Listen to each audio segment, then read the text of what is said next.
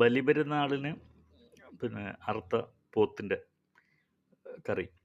അതായത് ഇബ്രാഹിം നബി പിന്നെ അലൈഹിസ്സലാം, ഇബ്രാഹിം നബിയുടെ മകനായിട്ടുള്ള ഇസ്മായിൽ നബിയെ ഒരു ഒരു അറുക്കാൻ വേണ്ടി, അതായത് ബലിയർപ്പിക്കാൻ വേണ്ടി അന്ന് ദൈവം കൽപ്പിച്ചപ്പോൾ ഒരു പരീക്ഷണമായിരുന്നു അത്. അപ്പം ഇബ്രാഹിം നബി അതിന് തയ്യാറാവുമെന്ന് അറിയാൻ വേണ്ടിയിട്ടുള്ള ഇതായിരുന്നു. പക്ഷെ അതിന് തയ്യാറാവാൻ വേണ്ടി ഇസ്മായിലിനെയും കൂട്ടി പോയപ്പോൾ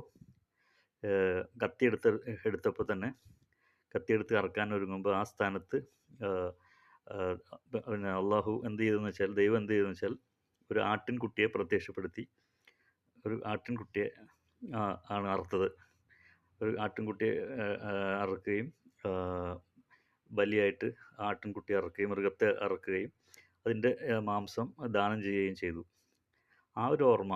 അപ്പം അതുകൊണ്ട് തന്നെയാണ് മൃഗങ്ങളെ നമ്മൾ അറുക്കുകയും അത് പാവപ്പെട്ടവർക്ക് ആ ഒരു ഇറച്ചി വിതരണം ചെയ്യുകയും ചെയ്യുന്ന ഒരു ഇസ്ലാമിലുള്ളത്.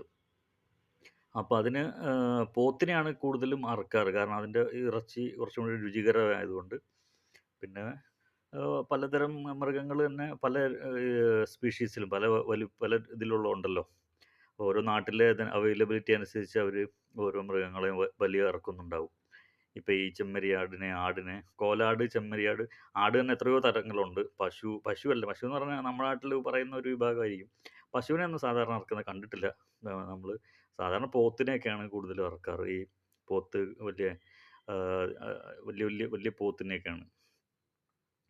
ഇപ്പം എന്തായാലും ഈ പെരുന്നാളിന് ഇങ്ങനെ കിട്ടുന്ന ഇറച്ചി കൊണ്ട്, പള്ളിയിൽ നിന്നൊക്കെ കിട്ടുന്ന ഇറച്ചി കൊണ്ട് വെക്കുന്ന ഒരു കറി അതിനൊരു പ്രത്യേക ടേസ്റ്റാണ്.